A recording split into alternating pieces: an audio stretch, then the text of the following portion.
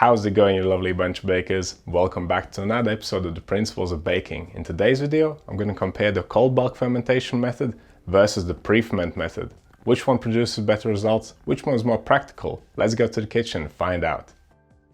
I used to be a big fan of pre-ferments. The Breads with Pre-ferment playlist on my channel contains more than 30 videos. But ever since I tried out cold bulk fermentation, I've been having second thoughts. So in today's video, we'll compare the two methods. We'll find out which one is more practical and which of them produces the better bread in the end. We will make two breads. Both of them contain exactly the same ingredients and exactly the same amounts of those ingredients. One of them will be fully mixed and left to ferment in the fridge for around 14 hours. The other one will be made with a pre-ferment, which will only contain a portion of the total flour, the water and a tiny pinch of yeast. The pre-ferment will rise for around 12 hours. But it will be kept at room temperature. In the end, both breads will take exactly the same amount of time to produce. I'll be making them both using the no-knead method. It cuts out a variable. I will soon post a full video about the no-knead method. You can make pretty much any bread using it. Okay, right now I'm mixing the cold fermented dough. Once this goes in the fridge, I will make the pre-ferment. It doesn't really matter in which order I do it though. On the next day, after the pre-ferment has risen, I will use it to make the second dough. Then I'll leave the second dough to bulk ferment at room temperature. After bulk fermentation, I will pre-shape it, and at that point I will take out the cold fermented dough from the fridge and also pre-shape it. They'll be left to rest, then final shaped, then final proofed and baked. Then we'll compare the results. But while I'm making these breads, let's just talk about pre-ferments and cold bulk fermentation. A pre-ferment is designed as a time and space saving thing. We all know that a long fermentation produces greater flavor, better crust and better keeping qualities in our bread.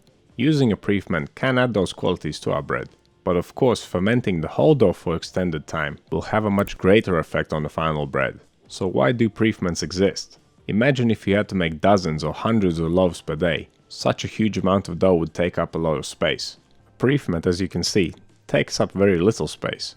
Of course, for us home bakers, at least most of us, this isn't a problem. We can always find space for one loaves or couple loaves worth of dough. It is the commercial baker who needs pre-ferments. I learned all the basics of baking from Jeffrey Hamelman's book. I consider that man my bread baking guru, and I latched on to every word he said. The thing is that he is a professional baker, so he teaches professional baking techniques. And of course, pre-ferments were heavily featured in his book, and I had a great time exploring this topic. The most viewed video on this channel is about pre-ferments, but over time I have developed my own style of baking, which is more of a commercial baker, home baker mashup, and I like to take advantage of the fact that I'm baking at home. Us home bakers, we have much more freedom than a commercial baker does. Looking for an easier way, I found the cold bulk fermentation method, and ever since I made that video, I have been using pre-ferments less and less. And even more so because after I tested all the pre-ferments against each other and found out that they all produce pretty much the same result, I just could not see a reason to using them anymore. Pre-ferments are far more practical for the professional baker than for the home baker. I mean, why should you make one smaller piece of dough, let it ferment, then add it to a bigger piece of dough, let that ferment for longer, and then only bake it? If instead you can just mix all the ingredients, leave them in the fridge and forget about them. I imagine most of us have some space in the fridge. I mean, my fridge is always empty. Another great benefit of the long cold fermentation is that cold fermented dough can be left in the fridge for far longer than planned. If something comes up and you're not ready to bake, well, it's no big deal. The worst that could happen is that your bread will taste better, which is also the best that can happen. Cold bulk fermentation is also the best for busy weekday bakes. You mix your dough on the previous day, come back after work the next day, take it out of the fridge, shape it, leave it to rise and bake it. It will take no more than a couple of hours. Practicality aside, cold fermented dough is far easier to work with. Because the flour has so much time to absorb water, the dough becomes tighter, which makes it far less sticky. And yes, you may argue that tightness means a denser loaf, which is true, but then you simply come in and add more water if you want to make it softer and lighter. Cold fermentation is also the perfect method to pair with the no-knead method. Mix your dough, pop it in the fridge, take it out after half an hour, give it one fold, put it back in the fridge, and that's your kneading step removed. Of course, if it's a wetter dough, you might need to add another fold or two, or as in the case of the recipe in this video, I never even folded it. All I did to this dough is pre-shaping and final shaping. But let's not forget the most important part, which is the taste. One of the main reasons for using a pre-ferment is to add more flavor to the final bread, but fermenting the whole dough makes it far more flavorful. And the same goes for long room temperature fermentation. And I have made the video in the past in which I compared the use of a pre-ferment against a long room temperature bulk fermentation. The winner was of course the bulk fermented dough. All I got left now is to compare long cold bulk fermentation versus long room temperature bulk fermentation. And you bet there will be a video about it. I don't expect there to be a huge difference. This will be more noticeable in sourdough bread, because it contains all that good bacteria, and that's where lactic acid and acetic acid come in, and make the bread taste wildly different from cold bulk fermentation to warm bulk fermentation. Okay, back to the bread for a second. Final shaping done, let's clean down the mess now. As you just saw, the cold bulk fermented dough was so much easier to shape. I had to use a different shaping method for the pre-ferment bread, it was so loose and stretchy. The fact that the dough is so much easier to handle is another win for the cold fermentation method in my book. Right, final proof done.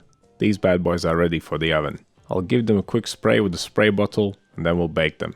By the way, if you want to learn more about steaming, check out my video about it in the Principles of Baking playlist.